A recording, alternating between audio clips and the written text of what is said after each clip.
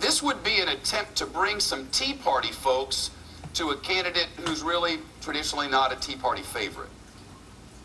Well, sure, Shep, that's part of it. But the endorsement from Nikki Haley does a lot more than just remind Tea Partiers that Mitt Romney can be acceptable to some of their own favored candidates. Nikki Haley was a big-time winner in the 2010 midterms when she became the first female governor of South Carolina. And she is a darling of the Tea Party movement, but she's also an executive. She's a governor of a critically important state.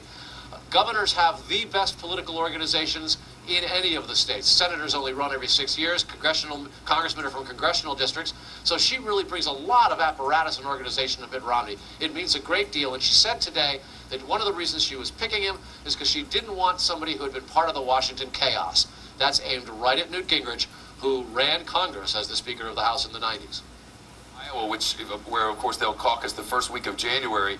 More than half of caucus goers, it's my understanding, Carl, call themselves evangelical Christians, and there's a great split over whether this group may vote as a group.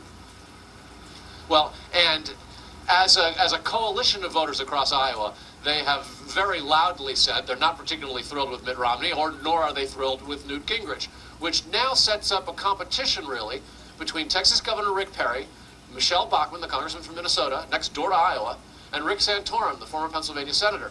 And they seem to be sort of splitting evangelical and religious conservatives.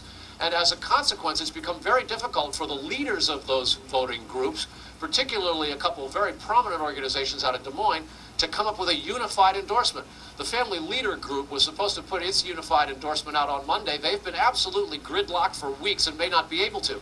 If the evangelical vote, which is more than half according to both the exit polls, the last caucus here 4 years ago, and the polls now, is divided, it really makes it easier for Newt Gingrich and Mitt Romney to compete for the rest of the vote. Yep, makes sense. Carl Cameron on what is apparently a chilly day in Iowa. Carl, great to see you. Thanks very much. Yes, it's very cold.